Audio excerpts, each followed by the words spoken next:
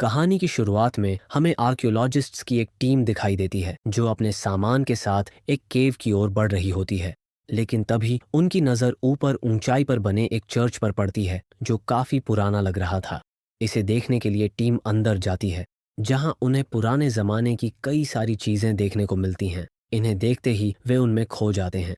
अब ये सब देखकर उनके अंदर और ज़्यादा जिज्ञासा बढ़ जाती है और नई चीज़ों को खोजने की चाह में वे और अंदर जाते हैं। वहां चर्च के फ्लोर पर एक धमाका करने की तैयारी करते हैं ताकि वे नीचे जा सकें। लेकिन इससे पहले ही बारूद फट जाता है और एक तेज झटका पैदा होता है। देखते ही देखते पूरा चर्च ढह जाता है क्योंकि वह बहुत पुराना बना हुआ था। अब पूरी टीम नीचे गिर जाती है लेकिन उन्हें ज्यादा चोट नहीं आती। पर वहां पहुंचने के बाद उन्हें एक अजीब सी आवाज सुनाई देती है। जो किसकी थी यह किसी को पता नहीं था, लेकिन इतना जरूर कहा जा सकता है कि वह या तो चर्च के गिरने की वजह से आ रही थी या फिर कोई रहस्यमयी आवाज थी, क्योंकि उस चर्च में बहुत सी पुरानी कब्रें भी मौजूद थीं। वहीं से सीन शिफ्ट होता है और हम आर्कियोलॉजिस्ट्स की एक दूसरी टीम को देखते हैं जो उसी केव में जाने की तैयारी कर रही होती है। यहाँ हम आपको बता दें कि यह पिछली वाली टीम के कई साल बाद का समय है, लेकिन आज तक किसी को पता नहीं चल पाया कि वह पिछली टीम आखिर कहाँ गायब हो गई। अब यह टीम जब नीचे जाती है तो उन्हें वहाँ काफ़ी गहरा पानी मिलता है जिसके अंदर जाने के लिए उन्हें प्रशिक्षित स्कूबा डाइवर्स की ज़रूरत पड़ेगी। इसलिए टीम का हेड डॉक्टर एक बेहतरीन स्कूबा डाइविंग टीम से बात करता है और बताता है कि आपको एक ऐसी जगह जाना है जहां आज से पहले कई लोग जा चुके हैं, लेकिन बहुत ही कम लोग वहां से वापस आ पाए हैं। ये सुनकर डाइवर्स की टीम थोड़ी घबरा जाती है, लेकिन उन्हें इसके लिए काफ़ी मोटी रकम मिलने वाली थी। इसलिए वे अपने सामान के साथ इस स्पॉट पर जाने के लिए रवाना हो जाते हैं। जब वे साइट पर पहुंचते हैं तो वहां उन्हें कुछ पुराने जूते भी मिलते हैं जो उस आर्कियोलॉजिस्ट टीम के थे जो सालों पहले यहां आई थी। वहीं टाइलर, जो डाइवर्स टीम का एक मेंबर होता है, डॉक्टर से मिलता है और उन्हें कुछ इक्विपमेंट दिखाता है। ये देखकर डॉक्टर काफ़ी इम्प्रेस हो जाता है। इसके बाद रात में दोनों टीमों के मेंबर्स आपस में प्लान को डिस्कस करते हैं, जिसमें जैक अपनी टीम को बताता है कि हम इसके अंदर 18 दिनों तक रहेंगे और वहां मौजूद सारी चीज़ों को एक एक करके ऊपर भेजेंगे। इसीलिए मैं चाहता हूं कि आप अपने सारे सामान को पहले से चेक कर लें ताकि कल कोई गड़बड़ ना हो। तभी वहां डॉक्टर निकोल आती हैं और उन्हें कुछ चीज़ें दिखाती हैं जो केव के अंदर से मिली थीं। इनमें कुछ एंटी कार्ड भी थे जिनमें सांप दिखाई दे रहे थे। उनका कहना था कि ये चित्र जरूर किसी भयंकर चीज या किसी खतरनाक जीव को दर्शाते होंगे, इसी वजह से उन्हें संभल कर नीचे जाना होगा। अगले दिन पूरी टीम एक एक करके नीचे जाने लगती है। अब पहली बार हम उस केव की पूरी झलक देख पाते हैं जो बेहद विशाल और डरावनी थी, क्योंकि वहां बहुत पुरानी नुकीली चट्टानें थीं और नीचे बहुत गहरा पानी था। इसके बाद वे सबसे पहले अपनी टीममेट ब्रिक्स को पानी में जाने के लिए कहते हैं ताकि वह जाकर पता लगा सके कि आखिर वहां क्या है और अगर उसे कुछ मिले तो वह फौरन सभी को इस बारे में बता सके। अब वह नीचे पहुंच जाता है जहां उसे पहले तो कुछ खास दिखाई नहीं देता, लेकिन कुछ ही देर बाद उसे एक बड़ा सा रास्ता दिखाई देता है जहां रुककर वह अपनी टीम से बात करने लगता है। इसी दौरान उसके पास एक मछली या किसी तरह का समुद्री जीव आता है जिसके साथ वह खेलने लगता है, क्योंकि वह काफी शांत और सॉफ्ट लग रहा था। ये सब उसकी टीम भी ऊपर से देख रही थी। इसके बाद वे उसे और अंदर जाने के लिए कहते हैं। जब वह थोड़ा और अंदर जाता है तो उसे कुछ हलचल महसूस होती है। वह इस बारे में अपनी टीम को बताता भी है, लेकिन तभी वह अचानक से घबरा जाता है और उसी समय उसकी लाइन भी कट जाती है। सभी टीम मेंबर डर जाते हैं कि अचानक उसके साथ क्या हुआ, इसलिए वे कहते हैं कि हमें एक साथ नीचे जाना चाहिए। अब सभी पानी के नीचे थे। वे बीच में मिलने वाली नायाब चीज़ों की फोटो भी क्लिक कर रहे थे और जो अनमोल चीज़ें उन्हें मिलती थीं उन्हें अपने पास रख लेते थे। कुछ देर बाद वे उस जगह पहुंच जाते हैं जहां आखिरी बार ब्रिक्स से बात हुई थी। वहां उन्हें ब्रिक्स का सारा सामान मिलता है, लेकिन वह कहीं दिखाई नहीं देता। ऐसा लग रहा था जैसे वह उन सामानों को छोड़कर अपनी मर्जी से कहीं चला गया हो। वहां उन्हें पिछली आर्कियोलॉजिस्ट टीम का कुछ सामान भी मिलता है जो अब पूरी तरह सड़ गल चुका था। लेकिन तभी स्टेंस नाम का डाइवर एक कोने में एक मरे हुए जानवर को देखता है। उसे देखकर वह डर जाता है और जोर से चिल्ला देता है। उसकी आवाज़ सुनकर वहां मौजूद दूसरे जीव उस पर हमला कर देते हैं और उसे पानी के नीचे ले जाते हैं, जहां एक विशाल जीव उसकी टांग पर हमला कर देता है, जिससे उसकी टांग बुरी तरह फट जाती है। उसकी आवाज़ सुनकर टाइलर उसके पास जाता है, लेकिन तब तक वह जीव स्टेंस को अपने साथ एक गुफा में ले जा चुका था। जिसके अंदर किसी इंसान का जाना संभव नहीं था, क्योंकि वह बहुत ही संकरी थी। अब टाइलर अपनी टीम के पास आकर सभी को स्टेंस के बारे में बताता है। ये सुनकर सभी शॉक में थे कि आखिर ऐसा कैसे हो सकता है। ये केव ज़मीन के काफ़ी अंदर मौजूद थी और ऐसे में किसी जीव का यहाँ पलना बढ़ना बहुत मुश्किल था।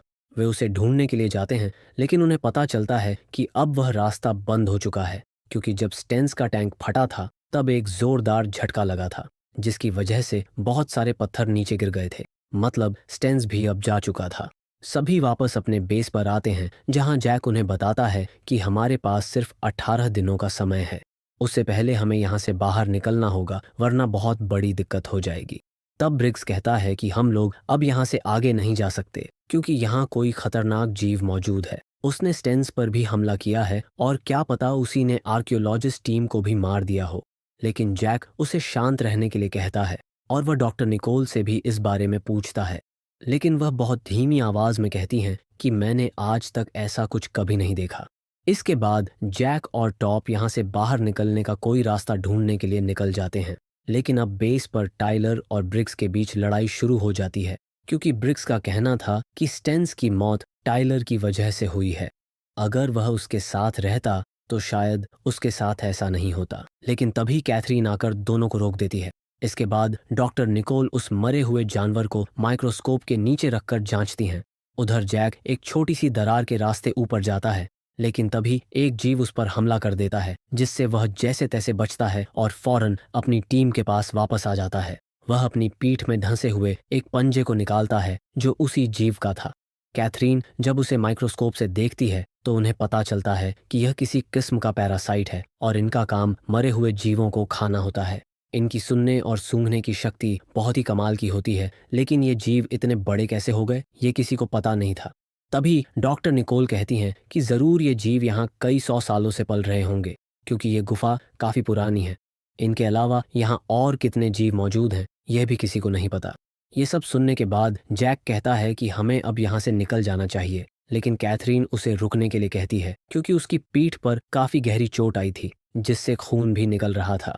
अब डॉक्टर भी उसे मना करते हैं, लेकिन वह नहीं मानता और सभी को लेकर दूसरे रास्ते की खोज में निकल जाता है। अब सभी लोग आगे बढ़ रहे थे, लेकिन इसी दौरान उन्हें पिछली वाली टीम के मेंबर्स की हड्डियां मिलती हैं, जिन पर इन जीवों के दांतों के निशान थे। इसके बाद जैक के बताए हुए रास्ते पर वे सभी आगे बढ़ रहे थे, लेकिन तभी टॉप कहता है कि शायद हम गलत रास्ते पर जा रहे हैं, क्योंकि मुझे कहीं भी पानी की आवाज़ नहीं सुनाई दे रही है। लेकिन जैक कहता है कि मुझे आवाज़ सुनाई दे रही है।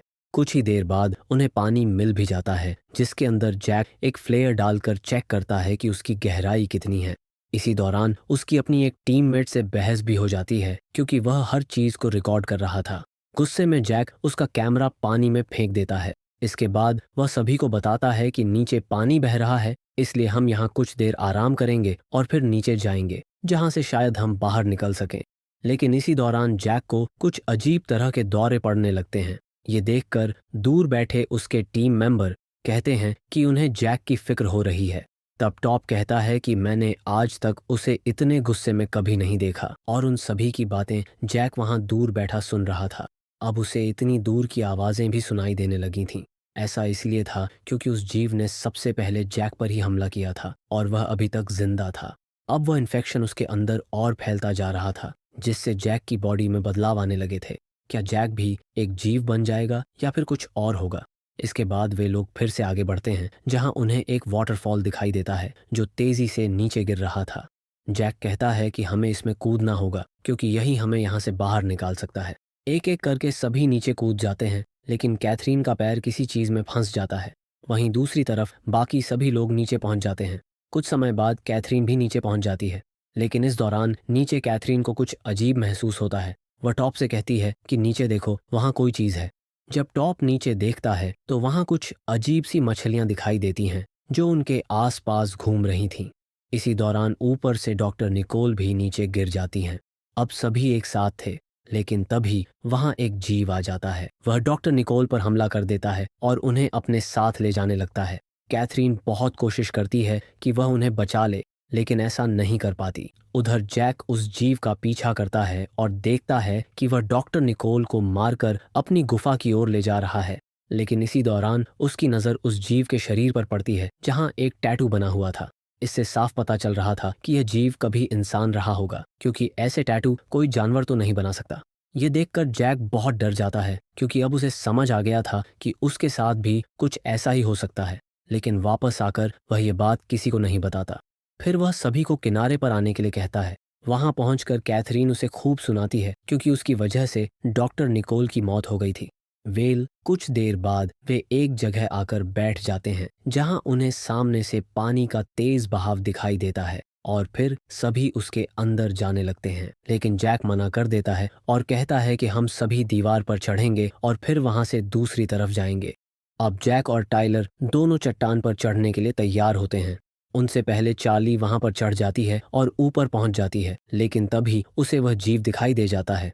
यहाँ हम पहली बार उस जीव को इतने करीब से देख पाते हैं, जो बहुत ही विशाल और खूंखार था।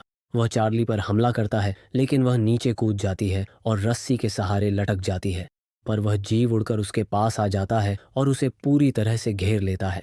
अब यहाँ चार्ली के पास कोई दूसरा ऑप्शन नहीं होता, इसलिए वह अपने सिलेंडर में आग लगा देती है, जिससे वह जीव जलकर नीचे गिर जाता है। लेकिन इससे चार्ली की भी मौत हो जाती है। ये देखकर सभी टीम मेंबर पूरी तरह टूट जाते हैं। वे एक एक करके अपने साथियों को खोते जा रहे थे। जब जैक चार्ली की बॉडी उठाकर वापस लाता है, तो ये देखकर सभी लोग बहुत गुस्से में आ जाते हैं। लेकिन यहाँ हम एक और चीज़ नोटिस करते हैं कि जैक की बॉडी अब धीरे धीरे ट्रांसफॉर्म होने लगी थी, और इस बात को कैथरीन बहुत ध्यान से नोटिस कर रही थी। इसलिए वह जैक से कहती है कि तुम्हें अब टीम को लीड करना छोड़ देना चाहिए। अब टीम को मैं लीड करूंगी। लेकिन जैक उसकी बात नहीं मानता। वह कहता है कि अगर तुम लोगों को अपनी जान बचानी है तो मेरे साथ चलना होगा। दोनों के बीच बहस हो जाती है, जिसकी वजह से टीम दो हिस्सों में बंट जाती है। जैक, टाइलर और टॉप एक टीम में थे, जबकि बचे हुए लोग कैथरीन की टीम में थे, जो उन्हें नीचे पानी के रास्ते से बाहर ले जाने लगती है। लेकिन यहाँ जैक अपनी टीम को चट्टानों के रास्ते से ऐसी जगह ले जाता है जहाँ हजारों की तादाद में कंकाल पड़े हुए थे। इसके बाद वे नोटिस करते हैं कि एक जगह से ठंडा पानी आ रहा है, जिसका मतलब था कि वहां से बाहर निकला जा सकता है। वे बाकी लोगों को वापस लेने के लिए जाने लगते हैं, लेकिन तभी जैक को एक और दौरा पड़ता है। ये देखकर टाइलर कहता है, तुम यहीं रुको, मैं उन्हें लेकर आता हूँ। उधर दूसरी ओर कैथरीन और उसकी टीम एक जगह पर पहुंच गई थी, लेकिन तभी वह जीव ब्रिग्स पर हमला कर देता है। ये देखकर एलेक्स और कैथी वहां से भाग जाते हैं। इधर टाइलर बचते बचाते कैथरीन की टीम को ढूंढ रहा था, जहां उसे ब्रिग्स मिलता है। लेकिन तभी एक जीव अचानक उसे एक दरार में खींच ले जाता है। टाइलर उसके पीछे पीछे जाता है, लेकिन तब तक बहुत देर हो चुकी थी। मगर मरने से पहले ब्रिग्स उसे कैथरीन की लोकेशन बता देता है, जिसके बाद वह फौरन उसके पास पहुंचता है और उन दोनों को लेकर जैक के पास आता है। जैक उनसे कहता है कि तुम्हें पानी के रास्ते से बाहर जाना होगा, लेकिन वहां भी उनका सामना बहुत सारे जीवों से होता है। इसी दौरान कुछ पत्थर नीचे गिर जाते हैं, जिनकी आवाज से वे जीव एक्टिव हो जाते हैं और एलेक्स के पीछे पड़ जाते हैं। यहाँ वे उसे भी मार डालते हैं। वहीं बचे हुए लोग पानी में छिप जाते हैं ताकि वे जीव उन्हें देख न सके, लेकिन ऐसा नहीं हो पाता। वे उन्हें ढूंढ लेते हैं, क्योंकि वे जीव सालों से इस जगह पर रहते आ रहे थे। तब जैक उन सभी जीवों से लड़ता है, क्योंकि उसके पास अब कुछ खास ताकतें आ चुकी थीं। उसके अंदर भी उनका खून था और वह एक एक करके कई जीवों को मार देता है। इसके बाद वह वहां से जाने लगता है, लेकिन तभी एक आखिरी जीव उस पर हमला कर देता है। तब जैक सिलेंडर को ब्लास्ट करके उसे पानी में फेंक देता है और खुद भी उस जीव के साथ पानी में कूद जाता है। ब्लास्ट होने के बाद पूरी केव में पानी भरने लगता है। अब इधर बचे हुए लोग जैक के बताए हुए रास्ते से एक नदी तक पहुंच जाते हैं और वहां से बाहर निकल आते हैं। कहानी एक साल बाद आगे बढ़ती है, जहां टाइलर और कैथरीन एक दूसरे से मिलते हैं। टाइलर कहता है, मैं अपने भाई को बहुत मिस करता हूँ, लेकिन अगर वह यहाँ होता तो शायद जिंदा नहीं रह पाता। तब कैथरीन कहती है, ऐसा नहीं है, वह यहाँ भी जिंदा रह सकता है। ये कहकर वह उसे किस करती है और वहां से जाने लगती है। लेकिन इसी दौरान टाइलर उसकी आंखें देख लेता है, जिससे उसे पता चल जाता है कि वह भी इन्फेक्टेड है। लेकिन यहाँ उसे एक और बात पर यकीन हो जाता है कि वे जीव केव के बाहर भी सरवाइव कर सकते हैं, जैसे कि कैथरीन कर रही है। क्या पता उसने अपनी एक फौज ही बना ली हो। इसीलिए टाइलर उसे ढूंढने लगता है, लेकिन तभी वह अचानक गायब हो जाती है। अब इसके बाद क्या हुआ, ये तो हमें इस कहानी के दूसरे पार्ट में देखने को मिलेगा, जिसके साथ ये कहानी यहीं ख़त्म हो जाती है। फिलहाल आपको ये कहानी कैसी लगी, नीचे कमेंट करके ज़रूर बताना। मिलते हैं आपसे अगली वीडियो में। Thank you so much for watching.